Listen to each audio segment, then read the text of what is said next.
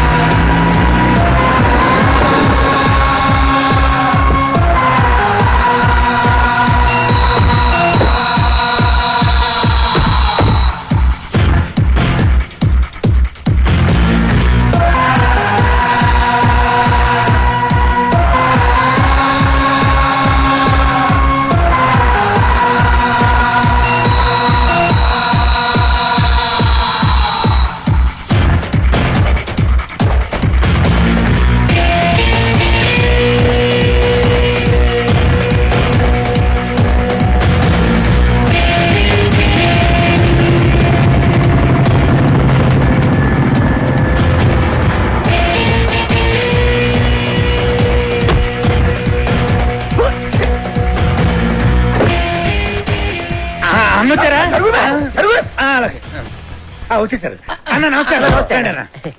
Ring road కాడ పాట చూపిస్తానన్నావని మా వాళ్ళని తీసుకొచ్చి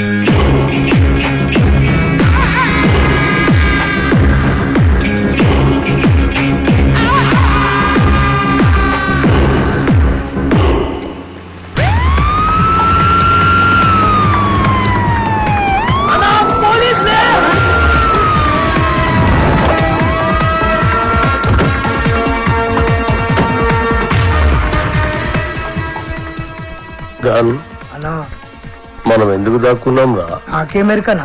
నువ్వు దాక్కున్నావా నేను దాక్కున్నా? మీరెందుకు దాక్కున్నారా? మీరు దాక్కున్నారని మేము దాక్కున్నాం. నేనెందుకు దాక్కున్నాను రా? అదే కదా నా అడిగేది.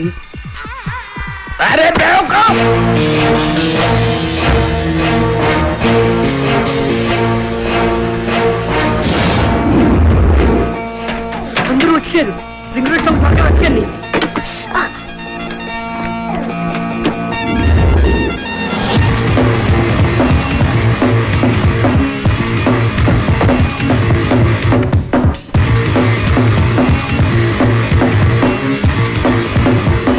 ఏంటి ఇన్స్పెక్టర్ గారు, దేని మీరు వచ్చారు?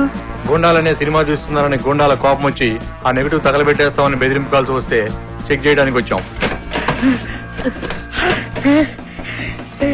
రింగ్ రోడ్ సాంగ్ దొరికింది. ఆండలమ్మ తల్లి.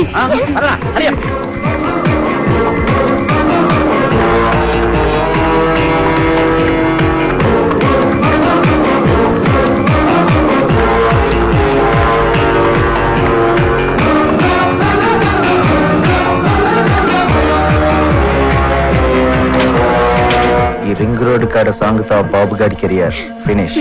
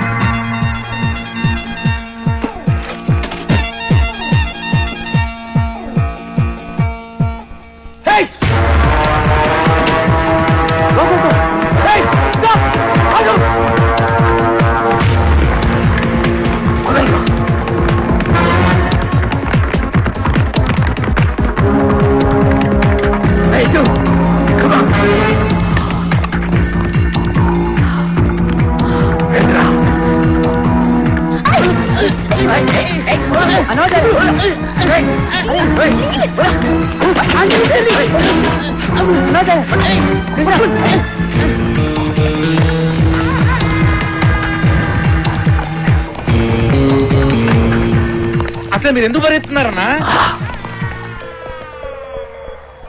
నువ్వెందుకు పరిగెడుతున్నావురా? అలా నాకేం మరి కన్నా నువ్వు పరిగెత్తున్నావు నేను పరిగెత్తున్నా.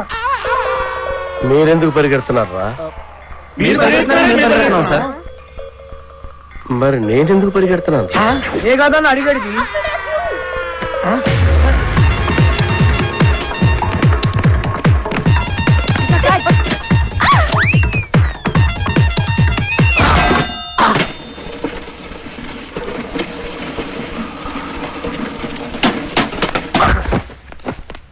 అన్నా అన్నా అన్నా అన్నా అన్నా అన్నా చచ్చిపోయిన వారా లేదన్నా చచ్చిపోయిన వాళ్ళ బుల్లెట్ తోడు చచ్చిపోతాం అనుకుంటే డబ్బాలు ఎత్తిపోయిన వాడి చచ్చిపోయిన వాళ్ళ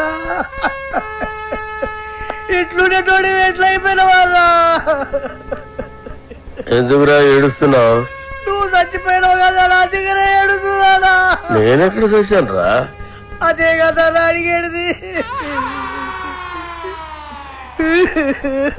అల్లా అల్లా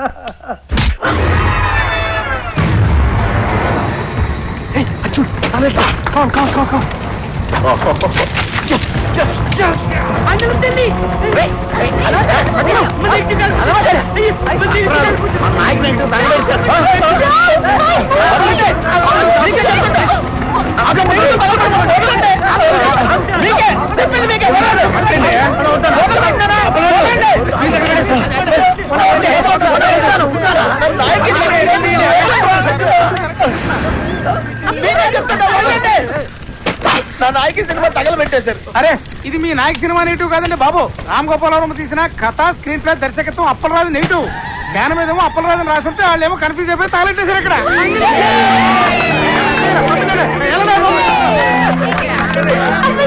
అప్పలరాజు సినిమా ఏంటి తగలెట్టింది నాయకి సినిమా కదా? అప్పల్ రాజు అని వేరే సినిమానా? ఓ బ్లడీ షిట్! ఏంటా కొంచెం కూడా బుద్ధి లేరా? సరిగ్గా చూసుకోవచ్చుగా. కదా స్క్రీన్ ప్లే, దర్శకత్వం అప్పలరాజు రాసుంటే ఎవరి సినిమాలో ఎందుకు అనుకుంటాం? ఇప్పుడు ఆ సినిమాని ఆపడానికి చేసిన అన్ని ప్రయత్నాలు తప్పాయి. ఇప్పుడు ఆ బాక్స్ ఆఫీస్ దేవుడే కాపాడాలి. బాక్స్ ఆఫీస్ దేవుడా ప్లీజ్.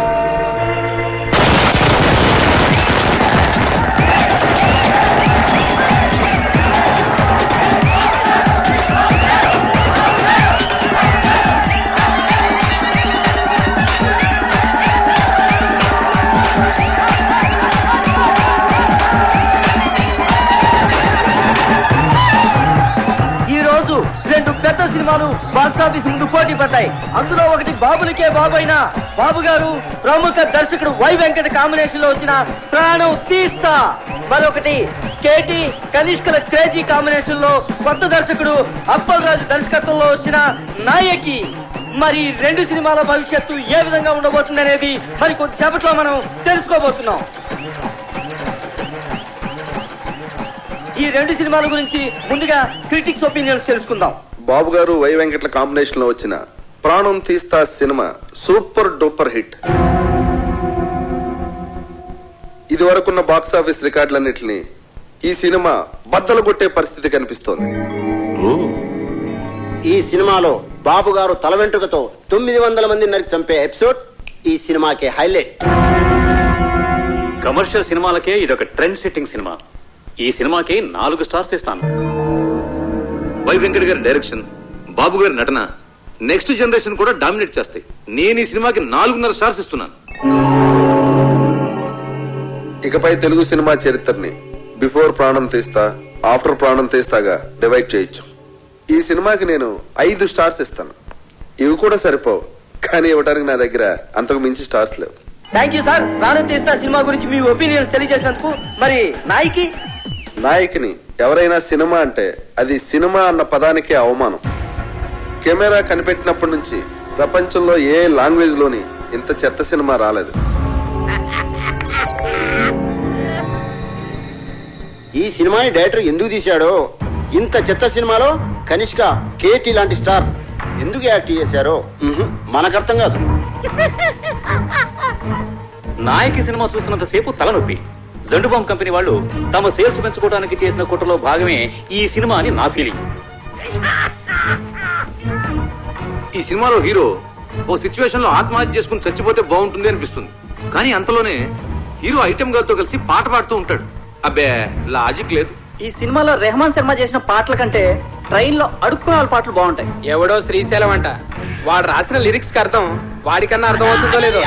ఒక పల్లవి లేదు, ఒక చరణం లేదు. అసలు lyrics ఏనా? నాయకి అని పేరు పెట్టినందుకు శ్రీజాతికి అవమానం.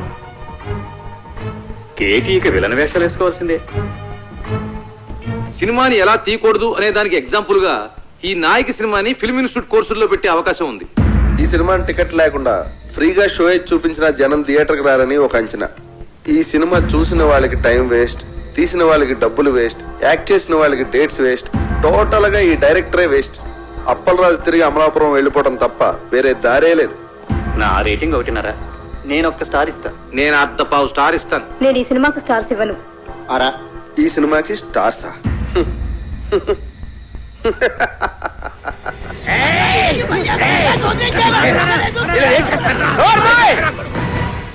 వాళ్ళు మాట్లాడిన దాంట్లో తప్పే ఉంది.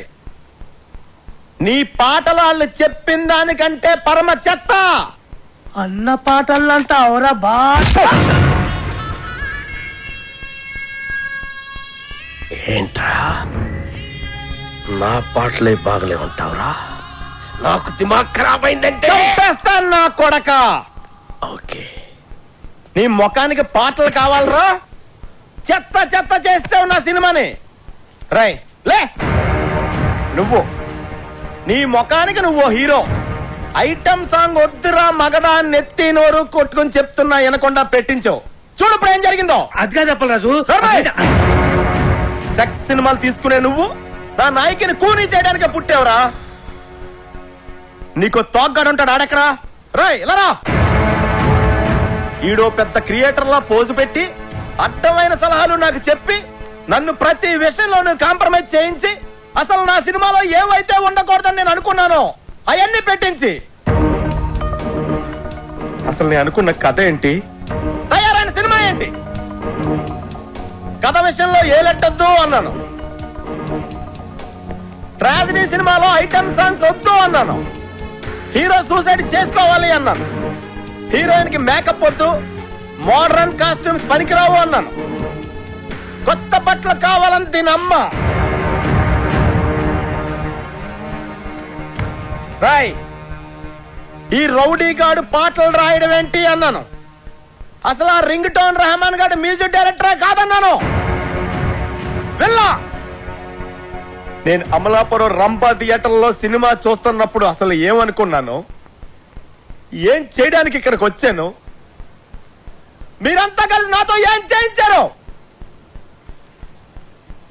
ఎవడికి నచ్చినట్టు ఆడి మార్చేసి ఎవడికి ఇష్టం వచ్చింది ఆడి పెట్టేసి నా నాయకిని సర్వనాశనం చేశారు. నాశనం చేశారు.